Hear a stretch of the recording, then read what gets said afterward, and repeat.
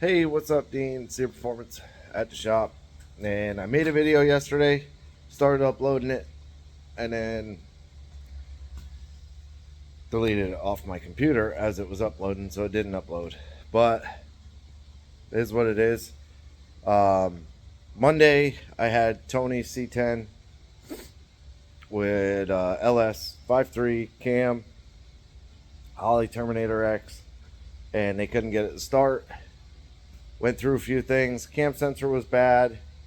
Then a little more troubleshooting and figured out the coil harnesses were flopped.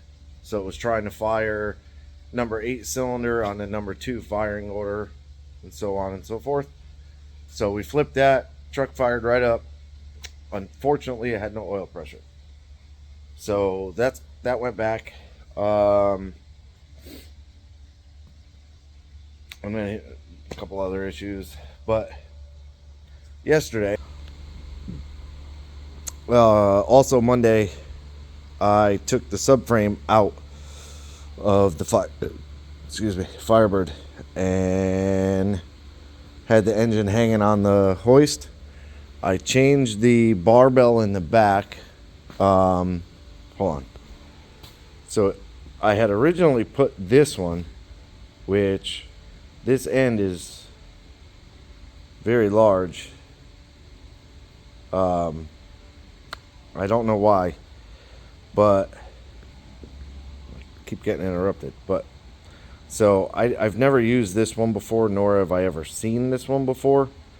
The normal ones, this end's only about that big. So I wasn't comfortable with putting this one in. Even though I know it had oil pressure just cranking it on the starter. I pre-lubed the motor real quick, and then I cranked it on the starter a bunch, and it filled the filter. The heads were full of oil, all that stuff, which could have been the pre-lube, but I just didn't trust this piece, so I swapped this one out, put the cover back on, put the flex plate on. I sized the converter, and I was right. It takes the little snout the way they had it, which explains why his flywheel is chewed up. They took the like 6.0 style spacer that normally sits on the outside of the flex plate, and that's to make up the difference for the converter, and that bolts on. And they had put behind the let me think. No, the 6.0, the flex plate sits on here, so it spaces the flex plate away, I believe. No, I can't remember nothing. Pretty sure, yeah. So this sits behind the flex plate, then the flex plate sits on top of here. I guess it wouldn't matter, but this is just a big heavy piece. And oh no, actually it wasn't as tall. That was the thing. It's not as tall as that little spacer that you buy. So the converter, as you can see, like it never sat in there. The snout, it was like riding on the edge out here. That's why this is all like kind of dirty. So I put the little spacer in there. Now it's right. Oh man. Converter sits all the way inside the spacer pretty much. I did measure the gap, and there's roughly 1/8 of an inch. There's a little more than 1/8 of an inch, so it'd be like 3/16 ish, kind of. And I think the gap, man, terrible memory, but I don't remember what the gap. You could look up the gap. But anyways, so I got all the new valve springs. I had originally forgot to put the valve springs in. So I got all the new valve springs in. His old ones are over here. These are the cheap Summit valve springs, and look how rusty they are. So I know from watching other videos, it's not good when your valve springs rust. So I'm happy I remembered and changed them out. So the valve springs are in. Trunnion upgrades done, been done. actually. That blue bucket over there has all his old stuff. Then the valve covers went back on, the coils went back on, and I verified the harness, which I had it right.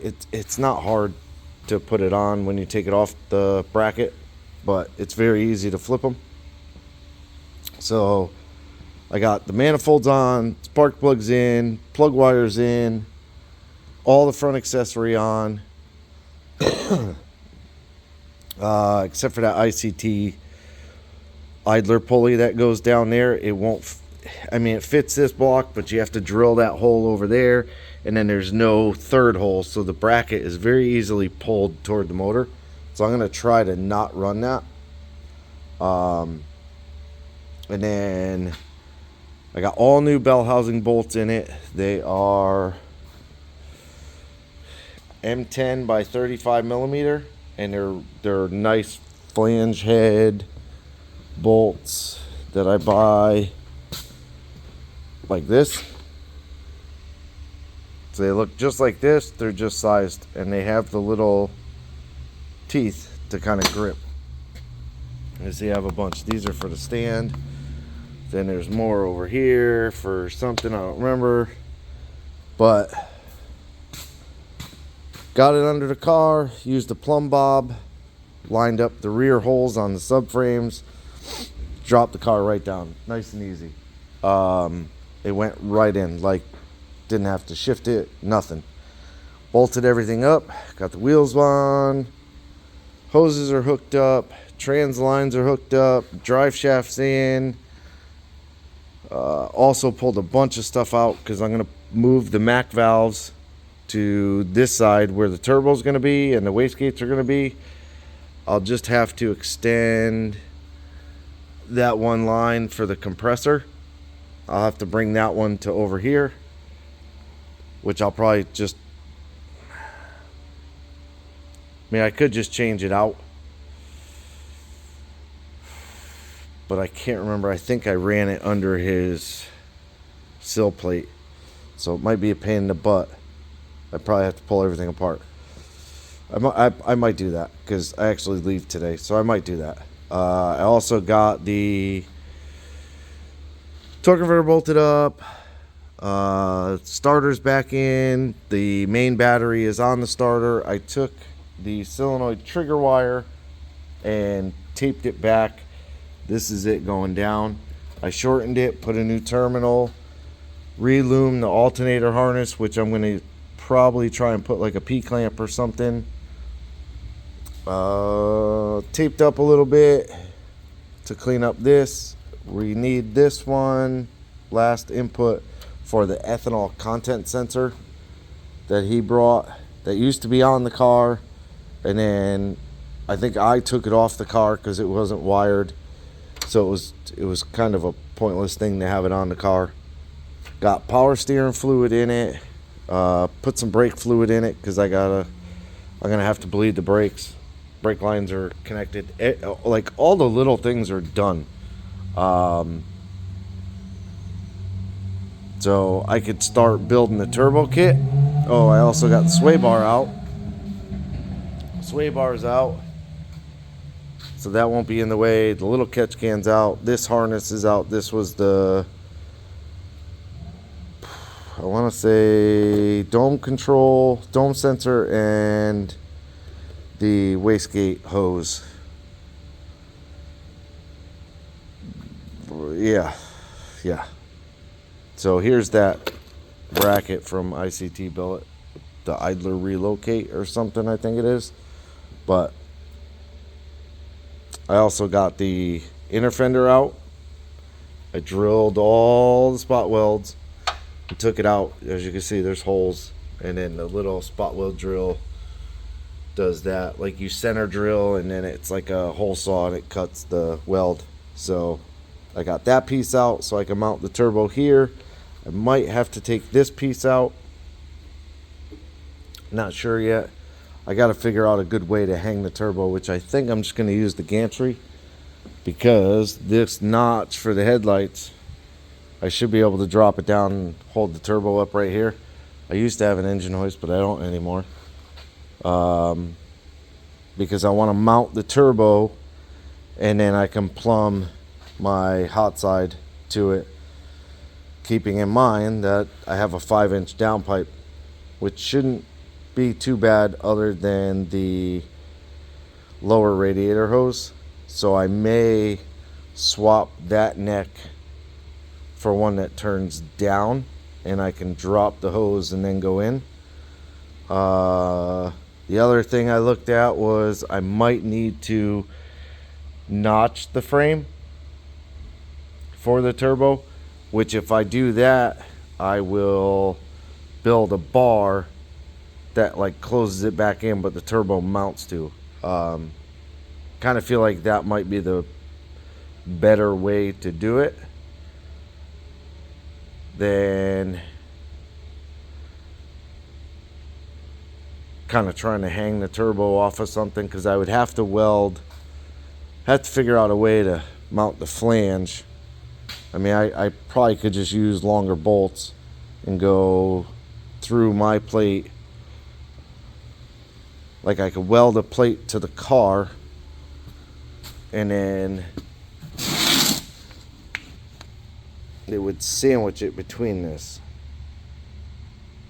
and just use long bolts.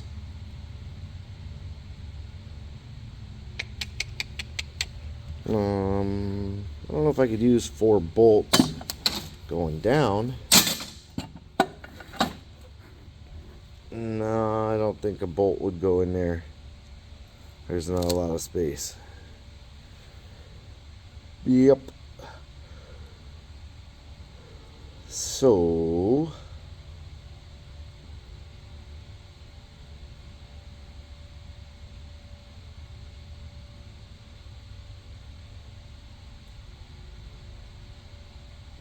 I'm not sure what to do with that.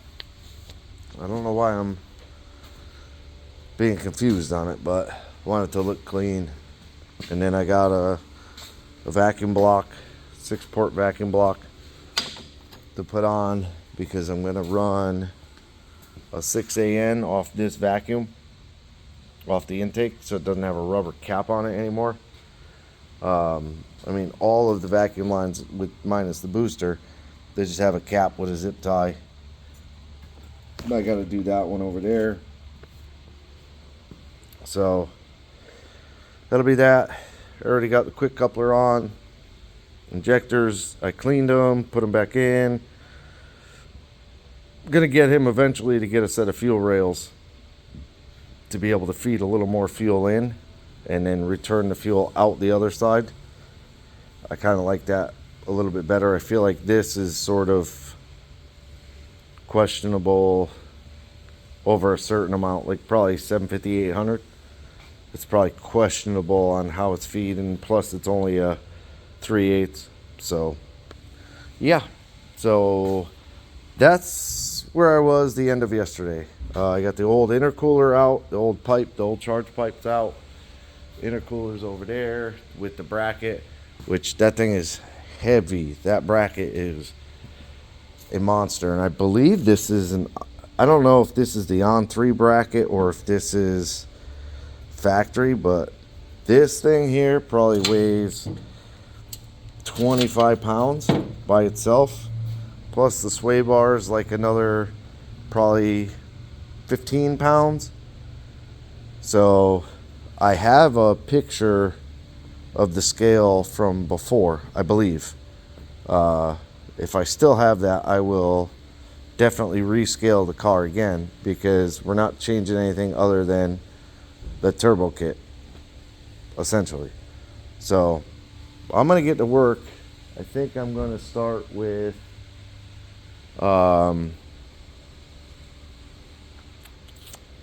figuring out where I'm gonna put the turbo. I'm gonna bring the gantry over, hang the turbo, or I might use the 2 jacks and put a bar across. I kind of like the gantry a little better, but yeah, let me figure that out, and then I'll come back. Okay, quick end. I'm already late, but I got the turbo sitting in there. I notched